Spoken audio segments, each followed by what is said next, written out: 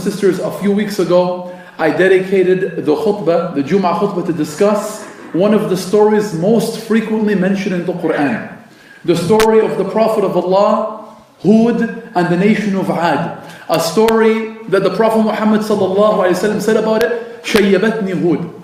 The story of Hud has aged me due to what it contained of a previous nation, not a person, not a group, not a community, an entire nation being destroyed and wiped off the face of the earth. A nation that reached that strength and that financial power and that intellectual power to the point they called out, وَقَالُوا مَنْ أَشَدُّ مِنَّا قُوَّةً. Who is stronger than us? Forgetting that Allah Azza wa Jal was stronger than them. So Allah Azza wa Jal sent upon them رِيحٍ صَرْصَرٍ عَاتِيَةٍ, a powerful, violent, furious wind for 7 nights and 8 days, until it left them like palm trees. It left them like hollow palm trees in the earth. But Allah Azza wa Jal, after mentioning the story, Allah says in the Quran, وَأَنَّهُ أَهْلَكَ عَادًا الْأُولَى. And He destroyed the first Ad. The first Ad. Could there be a second Ad? Could someone, could a group, could a people witness this, even hear about this, and fall into the same trap, follow their same footsteps after hearing this power, the pinnacle of success, then the disbelief and the punishment? Can anyone follow their footsteps after that? The people that were saved, dear brothers and sisters, with the Prophet of Allah, Hud alayhi salam, they went, after going to Mecca, they re-established themselves in the north, not wanting to go to the south near Yemen, where the people were destroyed, where the punishment came down. So they went to the north, near Iraq, to Wadi al-Qura, and they re-established themselves there. And they were believers. With them was the Prophet of Allah, Hud alayhi salam.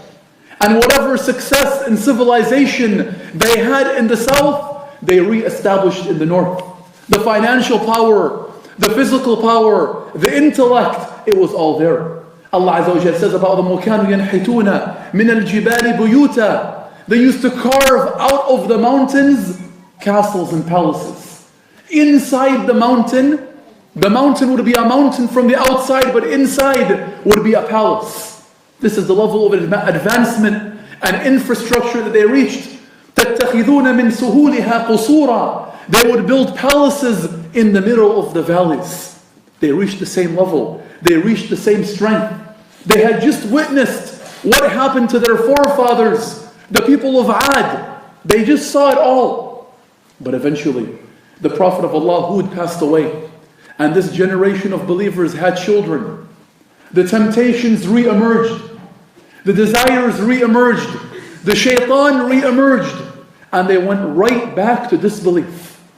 Right back to the disbelief that their forefathers a few miles away were destroyed for. And they, as Allah Azza wa Jalla describes them, became aminin. They felt safe and secure. They would say, who would destroy us? What wind can destroy our castles up here? What earthquake can shake us? What water can reach us? So they were aminin. They felt very safe and secure. Again, forgetting that Allah Azza wa Jalla is the one that can destroy anything. So first and foremost, to pause for a moment, to deduce a lesson from this, is learning from our experiences, learning from the lessons that Allah Azza wa Jalla sends us. The Prophet Muhammad said about the believer, لا يلدغ المؤمن من جحر واحد مرتين. The believer is never stung from the same hole twice.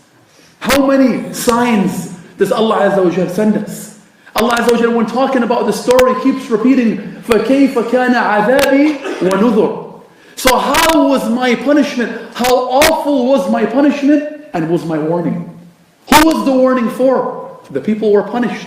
They were destroyed. So who was the warning for? The warning is for us. The warning is for the ones that come after them. The warning is for the ones that read about the story and hear about the story, the ones that are supposed to take heed. It was a reality. It was a fact. So don't get stung from that same hole. Don't think that your wealth, that your power, that your intellect, that the mountain that you carve will save you from the punishment of Allah. If you disobey, if you transgress, don't think you'll be saved. So with this group, they developed into 1,000 different villages. 1,000 different villages. Allah Azza wa Jal sent them another prophet from themselves. Someone they looked up to, someone they knew very well, someone that wanted to make as their leader. Salih alayhi salam, the prophet of Allah, Salih, was sent to them, to the people of Thamud. Adan, after the first Ad was Thamud, and Salih was sent to them. And he was someone they used to look up to. He was someone they were hopeful would be their leader. Allah Azza wa Jal says, قَالُوا يَا صَالِحُ قَدْ كُنْتَ فِينَا مَرْجُوًا. O Salih, they said, you used to be very desirable amongst us. We used to look up to you. قَبْلَ هَذَا, before all of this. Before all of this nonsense that you're coming with. Before you became a preacher, we used to look up to you, O Salih.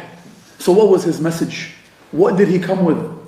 Nothing different than any prophet again ever came with. قَالَ يَا قَوْمِ اعْبُدُوا اللَّهَ مَا لَكُم مِّنْ إِلَٰهٍ غَيْرُهُ. He said, O my people, worship Allah. You have no God but Him. You have no deity but Him. The message was simple. The message was simple to them. So they asked for a sign. They said, O Salih, فَأْتِ بِآيَةٍ. Bring us a sign in كُنْتَ مِنَ الصَّادِقِينَ. What kind of sign did they want? What do they want to believe in this man who they looked up to, who they knew was truthful, from an elite family? They got together and they decided to ask for something they felt was impossible, that he could not produce. So they said, we want you to bring out of this stone here a camel. What kind of camel? It has to be a she camel. And then another one threw out. And it has to be pregnant, 10 months pregnant. And then another one threw out. And it has to be bigger than anything we've ever seen. And remember, these people were as big as palm trees. They wanted a camel bigger than anything they'd ever seen. And it has to be red. And it has to be able to drink the water of the entire valley. And it has to produce enough milk for the entire nation.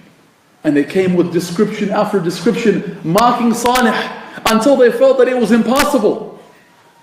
So Salih told them, if I bring you what you're asking for, will you believe in me? If I bring you what you're asking for, will you believe? They said, of course. So Salih made dua to Allah, and Allah Azza wa Jal caused the rock to split open, and the exact same camel they asked for to come crawling out of the rock, pregnant as they described. So Salih said, هَذِهِ نَاقَةُ اللَّهِ لَكُمْ آيَةً. Here is the camel of Allah, a sign for you. The sign that you asked for.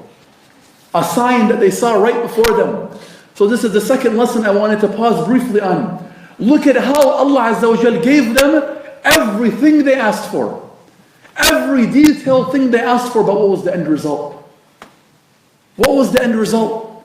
Now ask yourself, what has Allah Azza wa Jal not given you? Everything that we ask Allah for, all of our needs, all of our desire, all of our wants, no matter how ridiculous they are, even when we don't have time to ask Allah, Allah gives them to us. But what is the end result? Do we follow the footsteps of these people, or do we submit to Allah Azza wa Jal? So in the end, Allah Azza wa Jal gave them the camel they were asking for. But there were conditions that were set. Allah Azza wa Jal said about it, فَذَرُوهَا تَأْكُلْ فِي أَرْضِ اللَّهِ وَلَا تَمَسُّوهَا بِسُوءٍ. Let it eat and graze from the land, and do not harm the camel. Otherwise, a painful punishment will overtake you. And Allah Azza wa Jal told them, لَهَا شِرْبٌ وَلَكُمْ شِرْبُ يَوْمٍ مَعْلُومٍ. It will drink from the water one day, and you and all of your animals will drink from the water on another day. Meaning the water will be shared. It will have by itself all of the water in the town on one day, and you and all of your animals will drink on the next day. They agreed to these conditions. The miracle was right there in front of them. The miracle was right there. They were witnessing it daily. The people were divided. They didn't know what to do. Allah Azza wa Jal captured their conversation in the Quran. قال الملأ الذين استكبروا من قومه للذين استضعفوا لمن آمن منهم أتعلمون أن صالحا مرسل من ربه. The elite The arrogant ones from the elite said to the weak ones who were believers, do you know for sure that Salih is a messenger? Do you know that for certainty that he's a messenger? There was a lot of doubt and confusion. But more and more people, as the days went by, were accepting the message.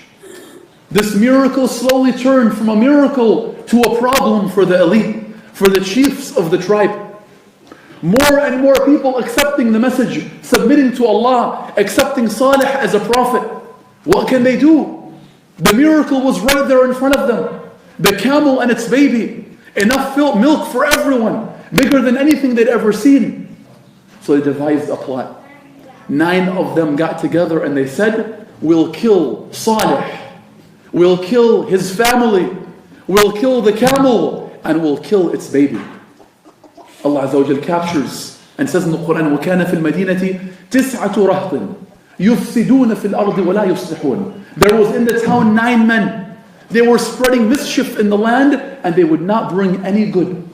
So they got together and they said, we'll kill Salih and his family, we'll kill the camel. So they tried. They got together, made each one swear to the other that they would fulfill the plan, but they weren't able to. Imagine how big this camel was. A normal sized camel is difficult to approach. How about a camel bigger than a palm tree? They weren't able to approach it. So what did they do? فَنَادَوْا صَاحِبَهُمْ فَتَعَاطَى فَعَقَرَ. They called one of their comrades. They called one of their friends. فَتَعَاطَى. And he became intoxicated. فَعَقَرَ. And then he killed it. So the third point here, notice who was the one who killed? Who was the one that fell for the trap? Who was the one that was deceived? That made that wrong decision? The one فَتَعَاطَى, that was intoxicated. So in this dunya, whatever substance we're on, whatever we become addicted to, whatever sin, whatever desire that blinds us, leads to our own destruction. Leads to us making decisions that we later regret. So he was the one who killed the animal, that fell for their plot. So the animal was killed. But as Allah Azza wa Jalla says in the Quran, وَمَكَرُوا مَكْرًا وَمَكَرْنَا مَكْرًا. They plotted their plot and we too plot our plot. أقول ما تسمعون واستغفر الله لي ولكم فاستغفروه إنه هو الغفور الرحيم.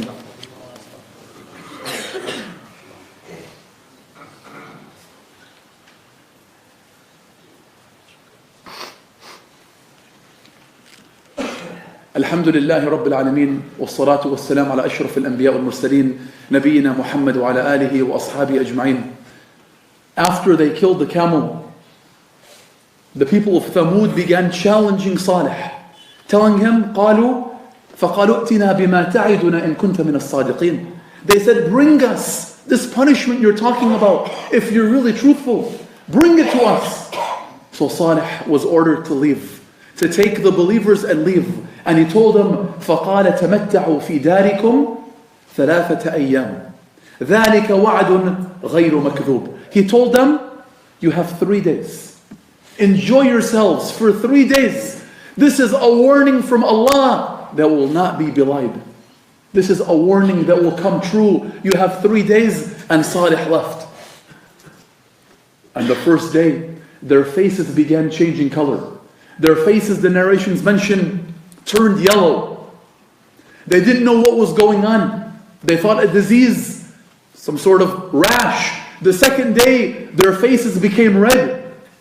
The third day, their faces became blackened. They started looking for Salih, but he was long gone. They knew the promise of Allah was true. They knew the threat from Salih was coming true. So they went and they hid themselves in the depth of their palaces in the mountains, at a place where they felt aminin, safe and secure. Nothing can harm us. Again, what wind, what earthquake, what water, what can overtake us here? So Allah Azza wa Jal sent to them, فَأَخَذَتْهُمُ الصَّيْحَةُ مُصْبِحِينَ. A sayha overtook them. An awful cry, a loud noise. The noise started out loud, and it became louder and louder. They hid in the depths of the mountain. They couldn't hide from it. They curled themselves up into balls, trying to guard their ears from the sound. They couldn't hide from it. The loud became so awful, the cry, the sound was so loud that they began to explode from within. Their hearts exploded from within. Their bodies exploded until they became, as Allah Azza wa Jalla describes, فَكَانُوا كَهَشِيمِ الْمُحْتَضِرِ. They became like hay, like twigs scattered everywhere. The sound was so loud, it blew them up from inside. Again, what happened to Aminin? What happened to their homes in the mountains? What happened to not being able to be destroyed? Allah destroyed them with a noise, with a sound. When the punishment of Allah Azza wa Jal comes, there's nothing turning it back. There's no hiding from it. So dear brothers and sisters, Allah Azza wa Jal ends the story saying, وَلَقَدْ يَسَّرْنَا الْقُرْآنَ لِلذِّكْرِ فَهَلْ مِن مُدَّكِرٍ. And indeed, we made the Qur'an easy to understand, easy to remember. So who will remember? This Qur'an, these stories have been made easy for us to understand and to relate to and to apply to our lives. So who will remember? Who will apply them to their lives? The stories of the Qur'an, again, are not there for entertainment. They're not a novel that we read and we put down. We hear these stories. This story was mentioned almost 30 times in the Qur'an, over and over. Why? So we can understand it, so we can apply it to our lives, so we don't make the same mistakes they made, so we make changes in our lives accordingly. Just like these people, just like Salih, someone is warning us. Something is warning us. We either reject that warning, we don't take heed, we reject the Prophet, we deny the Sunnah, we think that our power, our intellect, our status is our goal and will save us. We feel aminin, we feel secure, and then we follow the footsteps of these people. Or we submit. We submit to the message of the prophets. We take heed from the lessons. We follow the sunnah, and then we're saved. We're saved with the people of Salih, and we're saved with the people of Hud, and we're saved with the people of the Prophet Muhammad sallallahu alaihi wasallam. We ask Allah Azza wa Jal to make us from the ones that take heed from the stories. اللهم إنك عفو كريم تحب العفو فاعف عنا. اللهم إنا نسألك يا الله بأنك الواحد الأحد الصمد الذي لم يلد ولم يولد ولم يكن له كفوا أحد أن تغفر لنا ذنوبنا وتكفر عنا سيئاتنا. اللهم أرنا الحق حقا وارزقنا اتباعه وأرنا الباطل